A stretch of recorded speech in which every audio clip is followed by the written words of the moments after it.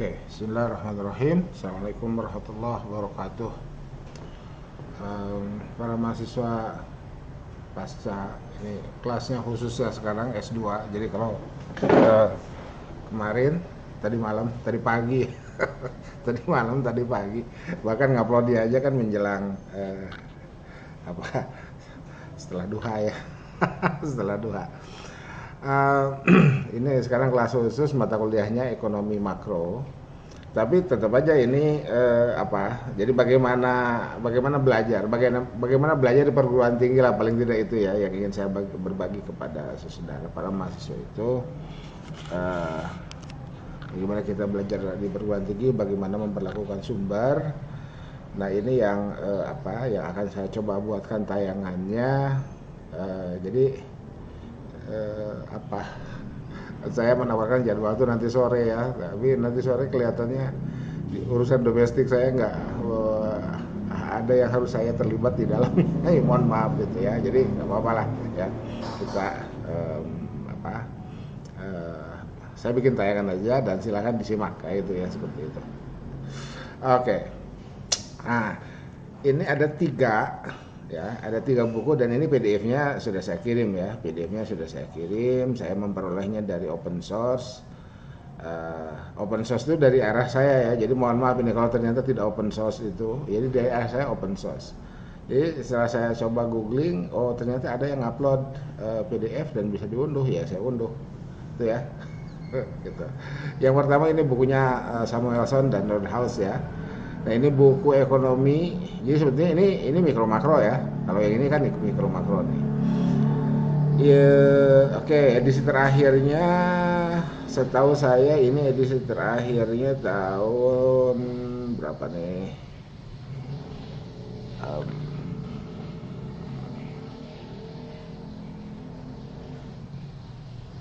2010 ya. Ya oke, ini 2010 deh.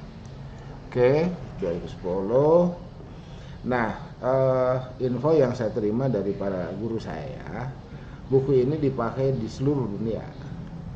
Jadi sekeren apapun prodi atau fakultas ekonomi, tetap tidak akan melupakan Samuelson dan Nordhaus itu.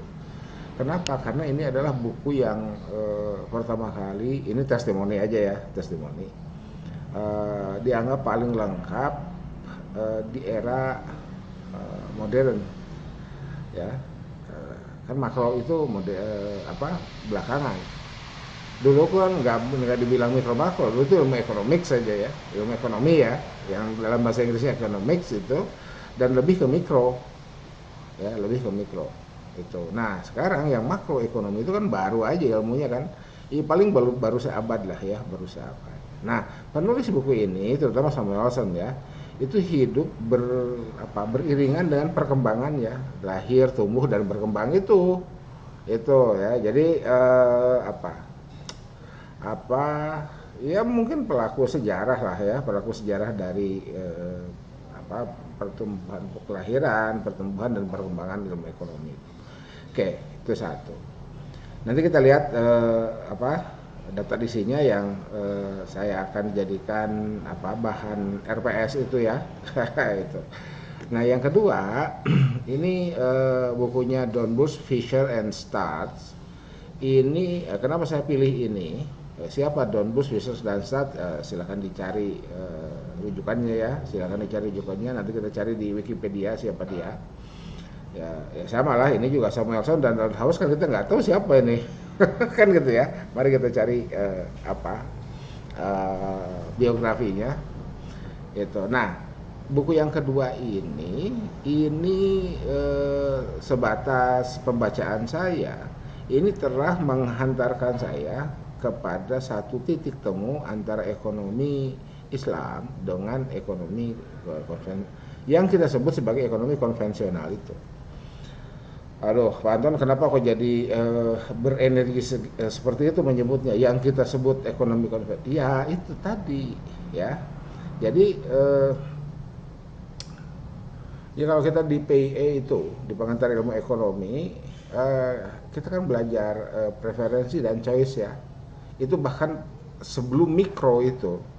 Jadi setelah kita mengetahui ilmu ekonomi, terbagi dua, mikro makro. Nanti kita lihat ya, mungkin di pertemuan berikutnya lah. Bagaimana tinjauan? Lagi-lagi ini sudut pandang saya berdasarkan berdasarkan hasil penelaahan. Kalaulah nggak boleh dikatakan penelitian ya kan. Kalau penelitian berarti belum selesai penelitiannya. Tapi portfolio sudah saya bikin gitu. Sebetulnya, dan ini pernah disampaikan oleh salah seorang guru saya di Unpad. Jadi ekonomi Islam itu adalah advance economics. Jadi kita sudah belajar ilmu ekonomi terlebih dahulu secara keseluruhan, baru kemudian kita belajar ekonomi Islam. Ya, apakah mutlak begitu? Ya tergantung juga, ya. Kan andragogi itu kan kita punya asumsi dengan andragogi itu kita semua sudah punya bahan. Nah, nanti penentunya adalah bahan yang ada di para mahasiswa itu. Apakah betul begitu? Mungkin bukan persoalan betul atau tidak betul ya, bukan persoalan benar salah, bukan. Tapi apakah tepat atau tidak? Jadi bagi tertentu, bagi kalangan tertentu, nyetingnya seperti itu. Dan dari situ Unpad kemudian, mohon maaf ya, saya menyebut alma mater saya. Ya, jadi alma mater saya kan dua ya, S3 itu ya, UIN Jakarta dan Unpad ya. Hari ini Unpad punya prodi ekonomi Islam, Islamic Economics. Nomenklaturnya itu ya, nomenklaturnya prodi ekonomi Islam. Jadi kalau ekonomi syariah itu di PTKI ya. Tapi kan kita sekarang menjadi ekonomi Islam. Oke, nanti biar yang berwenang menjelaskan itulah ya. Gitu. Sebab setahu saya yang disepakatinya itu ekonomi Islam untuk PTU, perguruan tinggi umum ya, meskipun istilah perguruan tinggi umum juga bermasalah itu kan, semua perguruan tinggi publik itu ya perguruan tinggi umum, artinya bisa dijadikan tempat belajar oleh siapapun ya. Gitu. Ya, siapapun bisa jadi mahasiswanya dan siapapun bisa jadi dosennya. Ya, kan sains namanya itu. Ini bisa jadi kemana-mana nih. Oke lah. Ya.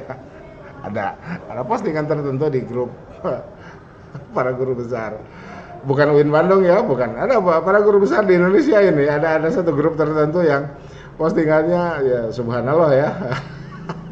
Itu seperti itu ya. Kok mengkhawatirkan dosen tertentu kan gitu. Ya itu. Oke, kembali ke sini lah ya. Ya fenomenal lah itu ya. Ngabuburit.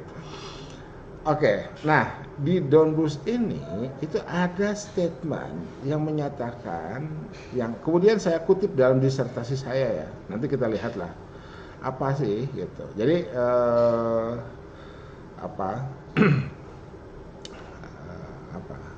transmisi moneter ya istilahnya itu ya. Jadi transmisi moneter atau pergerakan nilai kesejahteraan dari the have ke the have not itu akan memperbaiki perekonomian. Dan itu sebetulnya substansi ekonomi Islam. Jadi substansi ekonomi Islam itu di situ. Ya, bukan sekarang kita rame di rukun syarat, mudharabah, musyarakah dan lain sebagainya, mudharabah atau kirod itu ya. Ya, itu jadi kenapa saya katakan bukan itu? Itu sudah embody sejak umat Islam bertransaksi, bahkan sebelum manusia, sebelum orang Arab itu masuk Islam. Ya. Jadi mudharabah itu adalah ini saya ulang ya karena mungkin di YouTube saya yang lain ada ya. Itu kan sudah terbiasa. Nama Romawinya kan komenda. Ya, itu. Jadi ya seperti itu. Gitu ya. Itu. Ya. Ya, kita mungkin sering mendengar ceramah bahwa dalam ekonomi Islam harus transparan.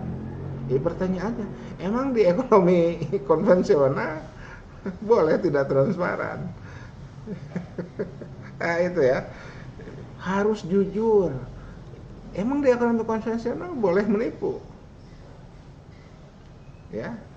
Maisir maghrib duha itu ya, maisir goror itu. Itu seperti itu. Ya, itu. Saudara, judi itu di ekonomi yang kita sebut konvensional tadi itu underground economics. Apa maknanya? Di underground ya kita tahulah mana underground itu apa ya.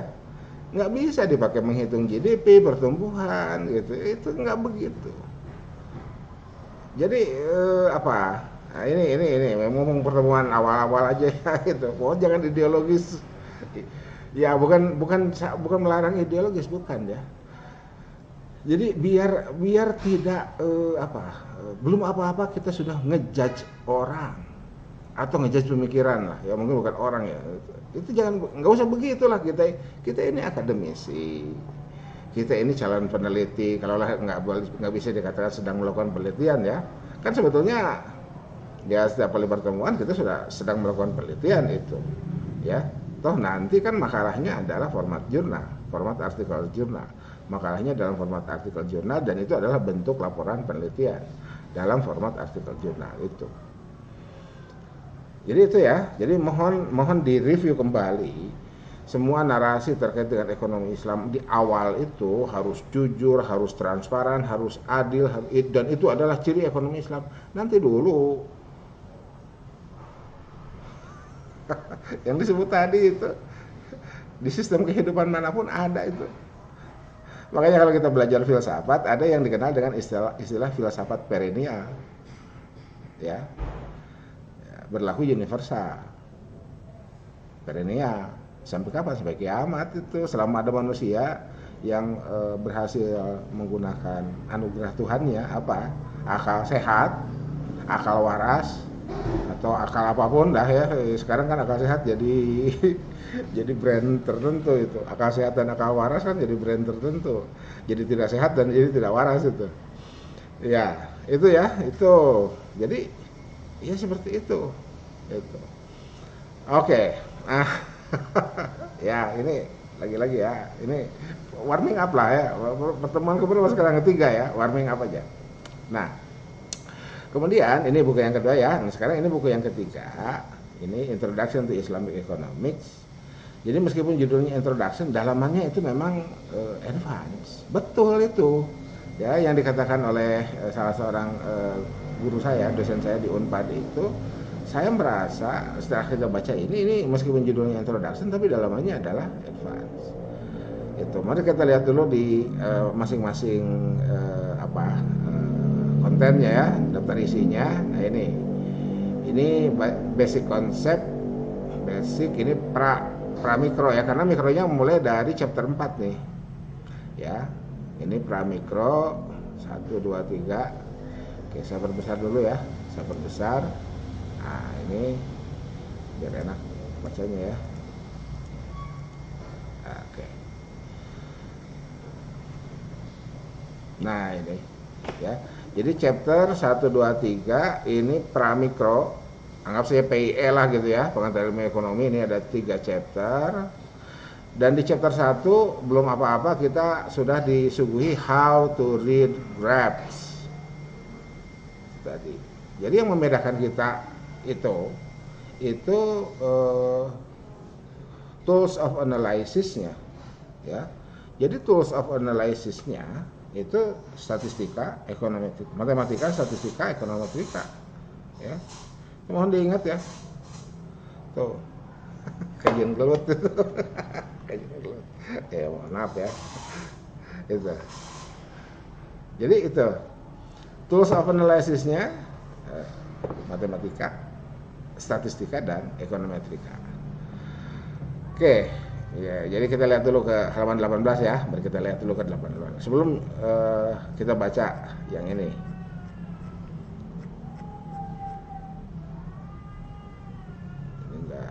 Hyperlink ya. Halaman 18. Ini bukan 18 di sini ya. Kita coba.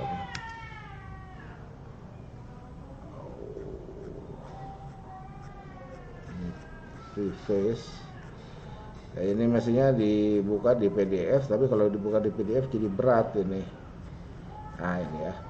Oke, nggak apa-apa. Nah ini ya, jadi why studi economics ya ini ya tetap dari scarcity. Nah, kita menemukan scarcity, narasi scarcity di ekonomi Islam itu apa? Oke. Narasinya seperti seolah-olah kita tidak beriman kepada Allah yang sudah menjamin rezeki kita. Jadi, aduh, ini gimana ya? Tidak begitulah, ya, gitu. Makanya tolong jadi tolong baca dulu deh, gitu ya. Jadi sebelum nyerang, itu tolong baca dulu deh. Ntar orang yang diserang, bukan orang ya. Ntar gagasan yang kita serangi itu juga ketika dibaca orang kan orang jadi ketawa itu. Ya, mohon. Ya, gitu. Kayak misalkan tiba-tiba ada orang yang ini pernah saya ungkap ya, mengharamkan pajak. Ini jadi haram pajak itu gimana sih? Apa sih makna pajak? Akhirnya kita menjadi nembak sesuatu yang hanya kulit luarnya tidak sampai kepada substansi. Ya, itu tadi yang tadi itu ya, transmisi moneter itu. Oke, kita lihat dulu ke halaman berapa tadi, how to read the graphs itu. Nah ini ya, nah, ini udah mulai muncul grafik kurva.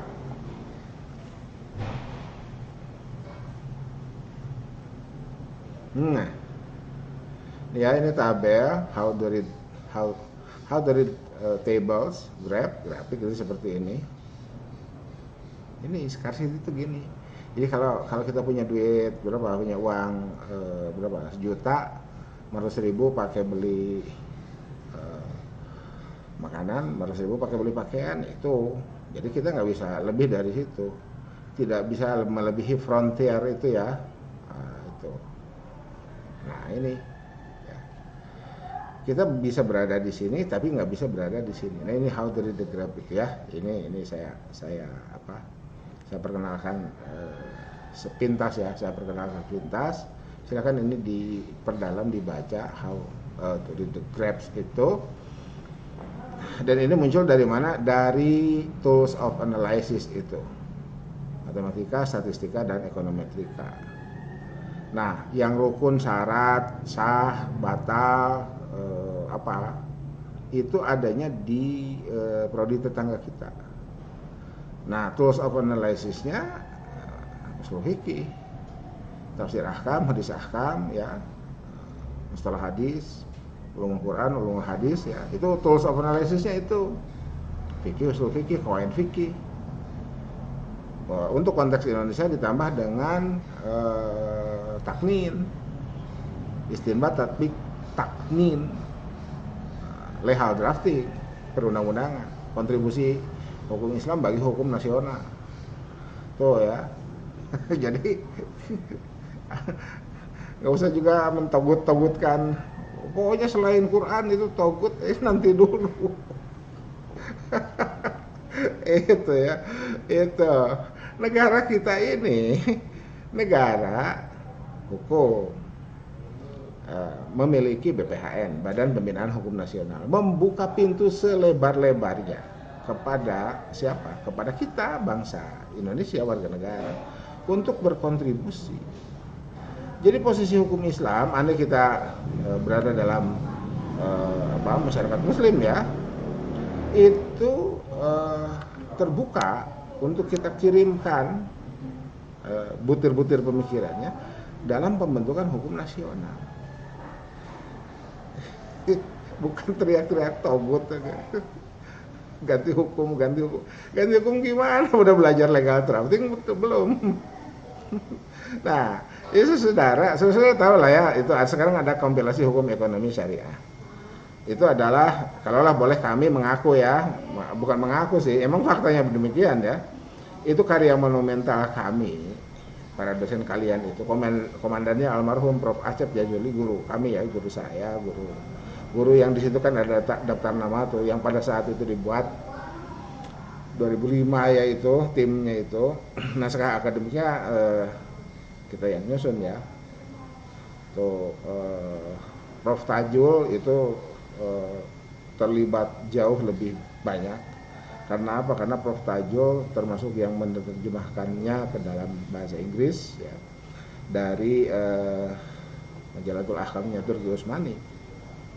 Itu ya, itu seperti itu. Jadi ya, Prof. Tajo kan salah satu guru saya. Beliau kan senior saya. Itu jadi dan sekarang masih masih ada di Fakultas Syariah. Jadi bolehlah kapan-kapan nanti kita bertemu dengan beliau ya untuk membicarakan KHS itu agar kita tahu bagaimana membangun hukum nasional itu ya, agar kita tahu bagaimana membangun hukum nasional itu. Jadi oke, posisikanlah diri kita sebagai akademisi. Jadi ketika posisi kita sebagai akademisi, maka tradisinya adalah tradisi akademik. Itu ya, tradisinya adalah tradisi akademik. Oke. Jadi ini contoh,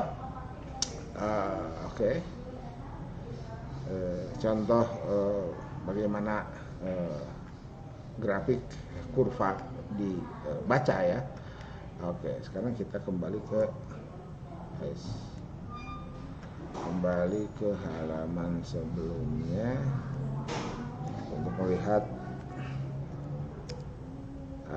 daftar isi ya, konten.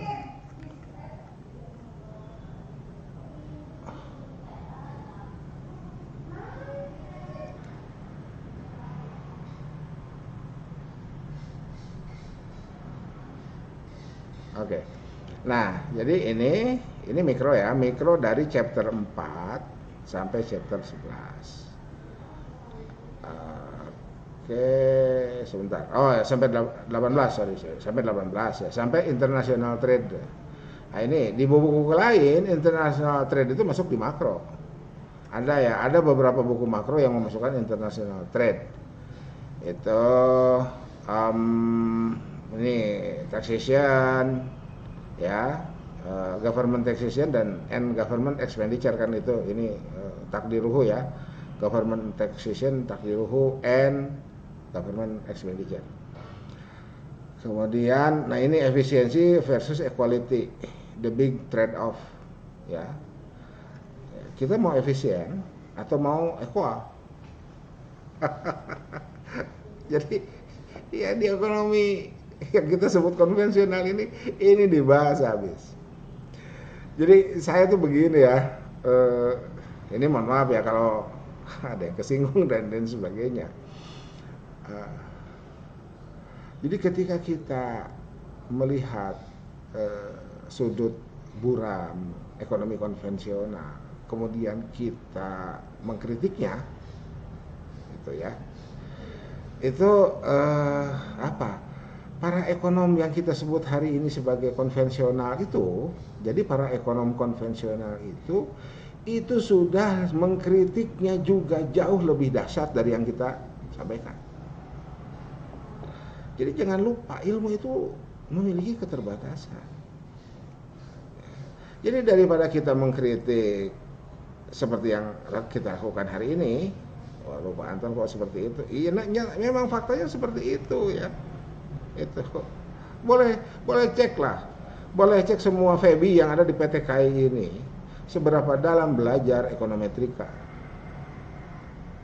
seberapa dalam belajar matematika, statistika dan ekonometrika, matematika economics, statistika for economics dan ekonometrika. Boleh dicek itu ya. Itu ya, jadi ini otokritik aja. Saya tidak mengarahkan kepada siapapun, ini mengarahkan kepada diri kita semua. Itu ya. Jadi daripada kita mengkritik ekonomi yang hari ini kita sebut sebagai konvensional, lebih baik kita tingkatkan literasi economics kita. Tuh, ya. Jadi kembali ke yang tadi itu. Saudara, ketika kita belajar PIE itu, kita menerima konsep preferensi dan choice. Nah, pada saat preferensi dan choice itulah pintu masuk ke wilayah yang hari ini kita sebut sebagai Islamic economic itu terbuka lebar dari situ. Ya. Jadi ketika ada budget constraint, ya budget constraint ya oke, ada yang memasukkannya di ekonomi apa mikro itu ya, budget constraint itu, ada yang di PIE. Ketika ada pilihan, jadi kita nggak bisa bikin kurva sumbu X sumbu Y halal haram, nggak bisa. Dua-duanya harus halal. Yang di ekonomi konvensional tidak dibahas. Itu ya. Itu. Jadi tidak dibahas itu. Kenapa? Karena sudah selesai di preferensi dan choice. Dan itu diserahkan. Yang lebih tegas itu kan di marketing. Segmentasi demografis, subsegmentasi keyakinan. Kan agama itu kan masuk demografi. Untuk Indonesia lah paling tidak ya. Nah, subsegmentasinya itu tadi, apa yang ada dalam agama itu ya. Nanti ada buku Paul Temporal. Bukunya Paul Temporal itu begini, sampai Paul Temporal itu menyatakan, kan sekarang ada istilah halal operator. Jadi Paul Temporal itu sampai menuliskan bukunya Islamic Marketing and Branding ya, itu sampai menyatakan begini, siapapun dalam posisi halal operator harus memahami dan harus bisa, kan operator ya, mempraktekkan toharoh. Jadi nanti ada pelaku toharoh yang non muslim. Kok begitu? Iya, halal operator. Jadi nanti ada bagaimana cara bersuci itu, sehingga kan bahan baku di halal food itu kan harus suci. Caranya tertentu. Mensucikan yang kena najis itu tertentu. Dalam hadis kan dikatakan sobba alaihil ma, guyur. Diguyur. Kalau tidak diguyur tidak sesuai dengan hadis itu. Menghilangkan najis itu diguyur. Asalnya itu kan begitu, ya. Jadi aslinya itu seperti itulah. Itu. Nah itu, dan itu diungkapkan. Jadi kata Paul Temporal, ada dua pengertian Islamic Marketing and Branding. Yang pertama, menurunkan nilai-nilai ajaran Islam ke dalam praktek pemasaran. Yang kedua, membidik pasar muslim. Segmentasi. Nah, mungkin menurunkan ajaran Islam itu penekanannya kepada muslim ya. Tapi kalau membidik pasar muslim, operatornya boleh siapapun, pembidiknya boleh siapapun. Makanya di bukunya itu sampai dijelaskan seperti itu. Harus tahu tata cara toharoh. Tanpa mengharuskan masuk Islam. Itu. Kan di marketing itu customer driven ya. Jadi kalau halal food itu target marketnya muslim. Muslim mengharuskan seperti itu, ya. Itu. Jadi oke. Nah, oke, sekarang masuk ke sini ya. Nah, ini nih overview of macroeconomic mulai dari chapter 19 sampai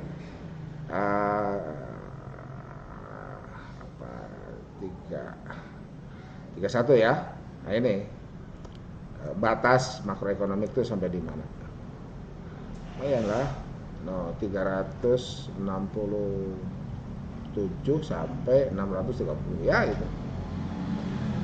Nah, bagaimana mempelajarinya ya seperti tadi ya, seperti yang dari itu yang saya sampaikan, nggak ada cara lain kecuali baca. Nggak ada cara lain kecuali baca. Setelah baca, kita tuangkan kembali apa yang kita pahami setelah kita baca itu dalam bentuk tulisan. Lihat YouTube saya yang terakhir itu ya, dan YouTube saya yang sebelumnya itu saya selalu menyampaikan itu. Ya, jadi bagaimana kita bisa mengukur diri kita sendiri apakah kita paham atau tidak, tuangkan dalam bentuk tulisan. Itu ya. Jadi biar saya ceramahnya tidak ke materi lah ya. Ceramah ke materi kan bosen ya. Gitu. Itu. Jadi materinya baca aja. Oke, gitu ya. Nah, oke. Sebelum ditutup, saya ingin memperkenalkan dulu di sini. Nah, ini Ini buku ini yang Khuzu min agniyaihim wa turaddu ala fuqaraihim. Saya nggak yakin Dornbusch, Fisher and Stars ini baca hadis. Tapi mari kita lihat ya. Dan ini saya kutip di disertasi saya. Dan ini saya pertahankan betul aspek konseptual dari disertasi saya itu berdasarkan buku ini.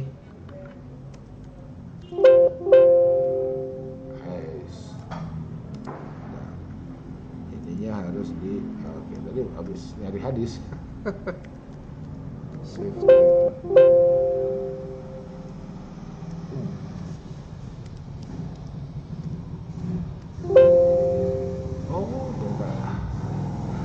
Terlacak halaman 300-an kalau nggak salah.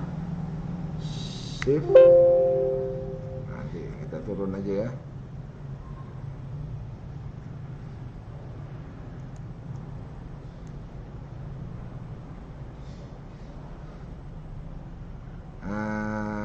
Di sini di 319.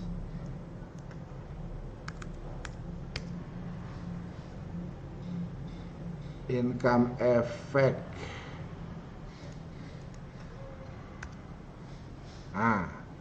Kalau kebaca nih. Mana?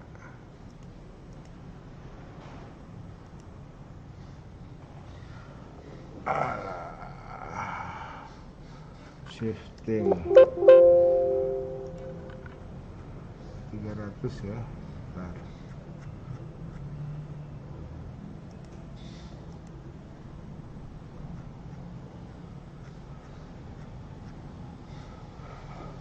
Ya memang mestinya diunduh dulu ini.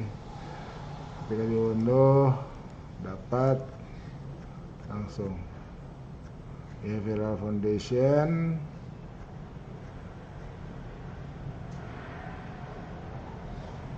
life cycle nantinya.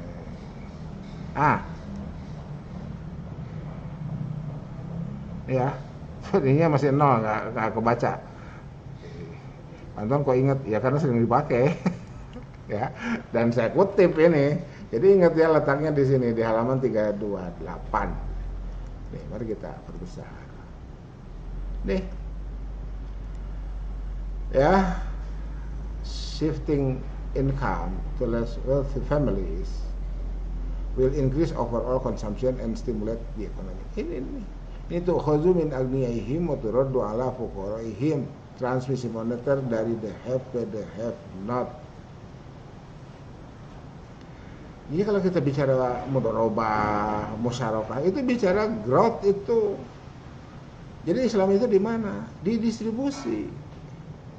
Ya. Di income distribution itu.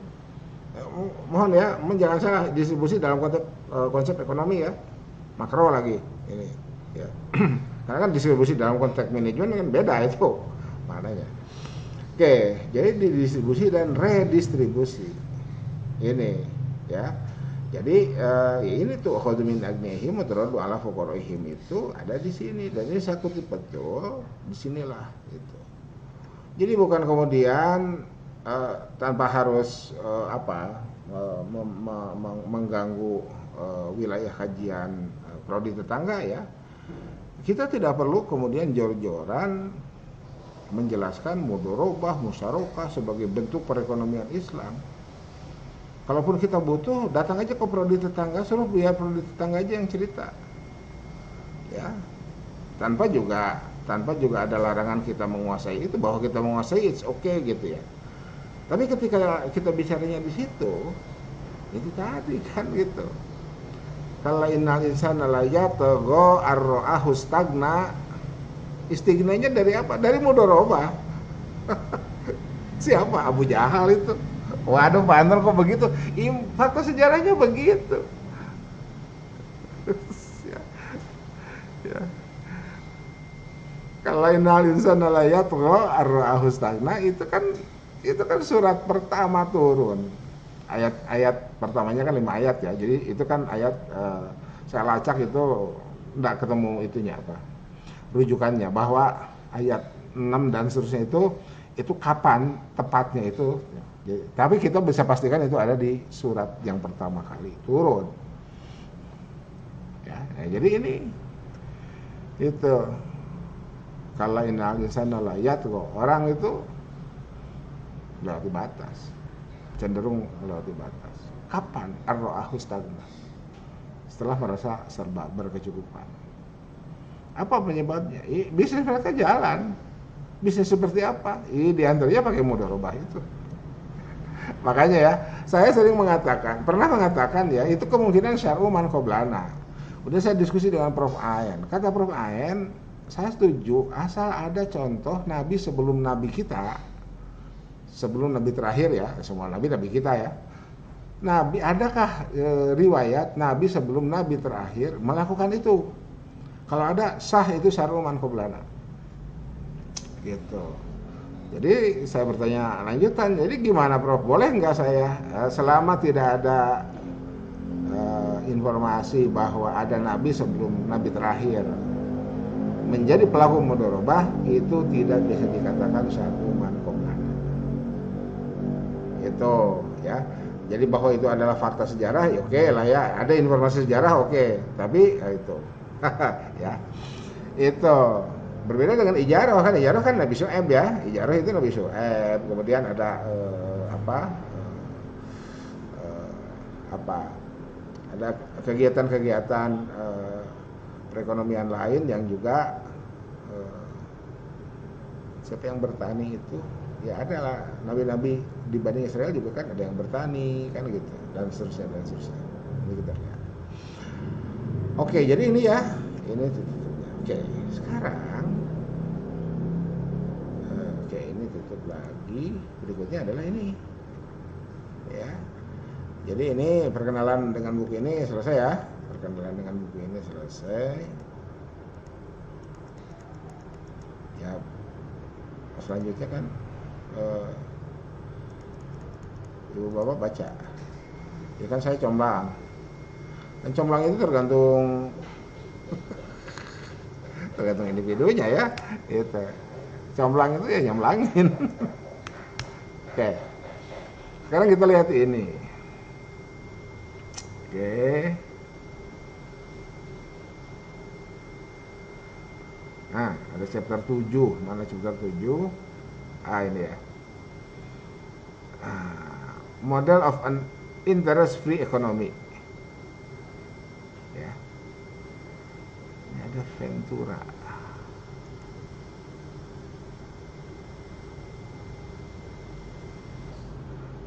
Kelacak enggak?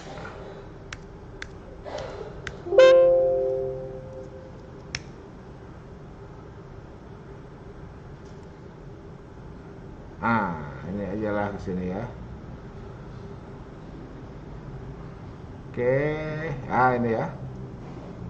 Oke, wages, dividend, expected capital gain.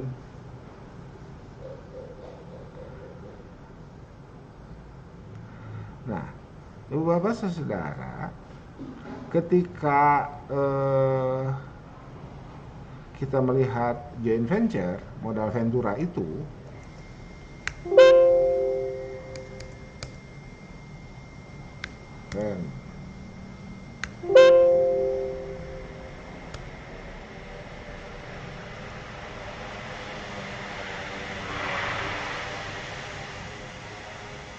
returnnya tetap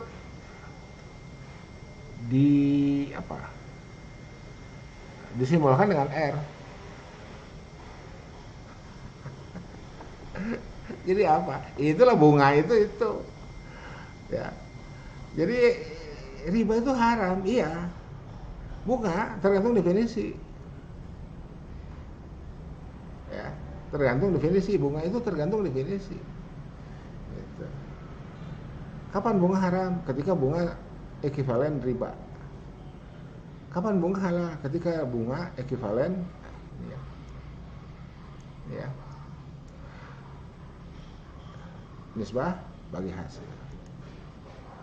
Antum kok bisa begitu? Kenyataannya begitu kok dalam kehidupan sehari-hari. Kata siapa bunga itu fix? Enggak. ya. BI rate itu dalam kenyataannya kan selalu di-adjust. Gitu. Nah, kalau selalu di-adjust jadi gimana? Itu. Jadi mari kita, saya nggak tahu nanti apa YouTube ini. Kita coba public dulu ya. Nanti ada komen nggak? Ada komen miring. Kalau ada komen miring nanti YouTube-nya di off ya. Menjadi menjadi private aja, menjadi club aja, menjadi tidak publik ya. Jadi gitu. Pak Anton, emang kenyataannya gimana bunga itu? Kenyataannya hari ini bunga itu fluktuatif.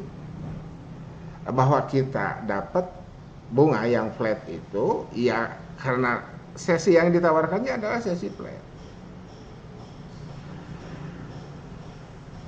Jadi penentunya apakah ex ante atau ex post? Itu ya, penentunya di situ. Jadi mata di nafsu mazza taksibu wala wa mata di nafsu bi ayyi ardin tamut. Kita tuh nggak tahu besok hari itu. Iya, emang siapa yang tahu? Nggak ada yang tahu. Semua juga kan estimasi. Makanya kita belajar regresi. Di antaranya ya. Itu gitu ya. Jadi jadi ini kita masuk ke wilayah makro ya. Bunga itu fluktuatif kenyataannya. Terus sekarang ekonomi itu dari mana berani-beraninya ngasih angka untuk. Jadi kan ada I, ada R. Ya, ada I, ada R. Ada real, ada nominal. Ya. Itu itu aja udah beda itu. Itu aja udah beda. Oke, ya. Jadi oleh karena itu saya hari ini ya, besok lusa boleh jadi berubah, nyantai aja. Jadi pertanyaannya apa sih ekonomi Islam? Itu distribusi dan redistribusi, hanya itu. Dan itu pun, nah itu ya. Dan itu pun sudah dibahas di ekonomi yang hari ini kita sebut sebagai ekonomi konvensional itu. Ya. Jadi kita ini tidak dalam posisi seperti minyak dengan air, antara Islamic economic dengan konvensional economic itu. Enggak, itu penyebutan aja. Sekarang kalau saya ditanya, Pak Anton gimana pendapat Pak Anton? Saya melihatnya sebagai sebuah spirit. It's okay. Tapi mohon tidak melupakan substansi. Apalagi nyinyir, apalagi ideologis, ya. Ideologis dalam bentuk apa? Ideologis dalam bentuk penghakiman kepada orang lain. Mohon maaf ya, karena kan bahasa-bahasanya atau kosakata yang saya pilih kan seringkali kalau sudah ada di medsos itu kan jadi lain. Hijrah, nah, itu, ya, hijrah, apalagi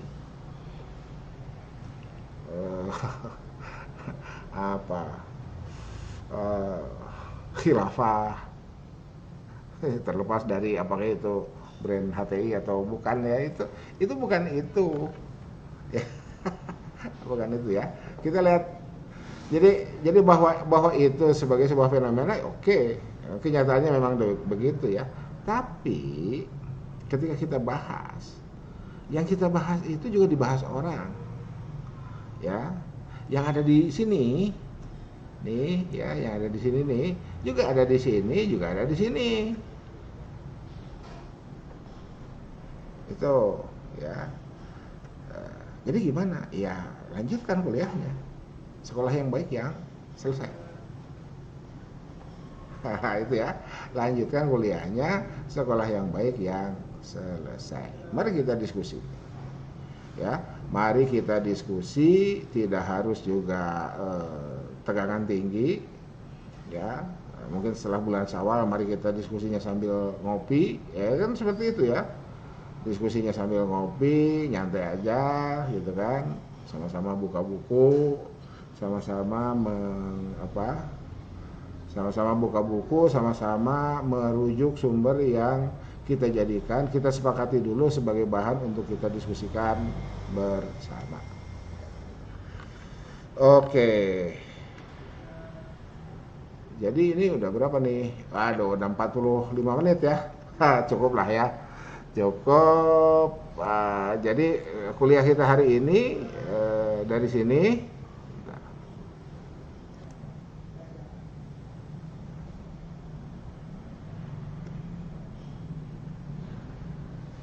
Oke, ini 45 menit dan cukuplah sebagai bahan warming up. Ya kuliah dengan saya warming up terus ya. Warming up, ingat di kemarin di 2 pertemuan kemarin saya selalu mengatakan pilihlah kajian atau kajilah tema-tema topik-topik yang saudara merasakannya sebagai ruang yang perlu saudara kuasai. Ingat ya, dokter spesialis jantung nggak terima pasien paru-paru.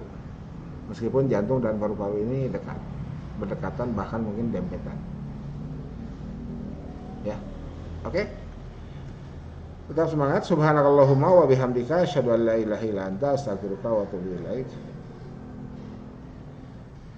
Billahi taufiq wal hidayah. Billahi fi sabilil haq.